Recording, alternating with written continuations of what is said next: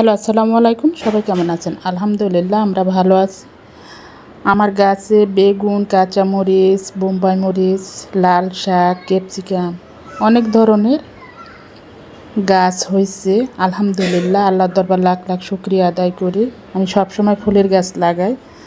এবার যখন মরিচের দাম বৃদ্ধি হইল তখন ভাবলাম যে বারান্দায় কিছু মরিচের গাছ লাগাই দিই, পাশাপাশি বেগুনের গাছও লাগাই দিচ্ছি। এই যে দেখেন বড় বড় বেগুন ধরছে। আজকে কিছু বেগুন তুলে নেব, 3টা গাছ থেকে 3টা বেগুন তুলে নেব। ভাবলাম যে আজকে বেগুন দিয়ে মাছ দিয়ে রান্না করব। আর কিছু লাল শাক তুলে নেব, লাল শাক, পুঁই শাক, এটাও ভাজি করব। আর কিছু মরিচ, এটাও আর কি তুলে নেব।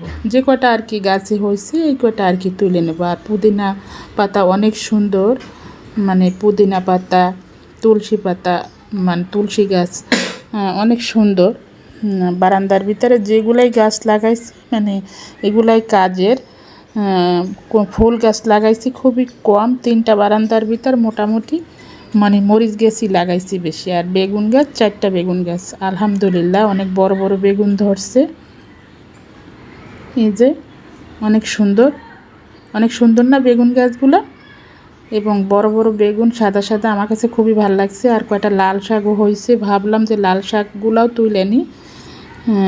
এই লাল শাকের জন্য মরিচ গাছে মরিচ মানে কম ধরতেছে, ভাবলাম যে এটা একটা সার খাইয়ে ফেলাই, যে শাক তুলে নিচ্ছি। শাকটাও আজকে ভাজি করব। মানে অনেক নিজের হাতে লাগানো এবং নিজে হাত থেকে তোলা, মানে রান্না করা অনেক মানে মজার এবং আনন্দের। যে তুলে নিচ্ছি যে কটা শাক হয়েছে, এই কটা শাকই আর কি তুলে নেব। ক্যাপসিকাম, 2টা ক্যাপসিকাম মানে ঝরে গেছে, ভাবলাম যে মানে যে 2টা আছে এই 2টা পাইরে নিয়েছে। এর চেয়ে যদি একটু বড় করি, যে ঝড় তুফান মাঝে মাঝে হয়, মানে যদি পুড়ে যায়, যেহেতু এটা গ্রিলের বাইরে, যার জন্য আর কি ভাবলাম যে তুলে ফেলাই, আজকে বেগুনের সাথে রান্না করে ফেলবো সবজি হিসেবে, তাই না? অনেক সুন্দর এই যে ক্যাপসিকামগুলো, মানে দেখতে অনেক ভাল লাগছে। আলহামদুলিল্লাহ, আল্লাহ দরবার লাখ লাখ শুকরিয়া আদায় করি। এই যে কটা কাঁচামরিচ, যে কটা আর কি তুলছি, মানে আজকে আমার বেগুনের সাথে রান্না হয়ে যাবে।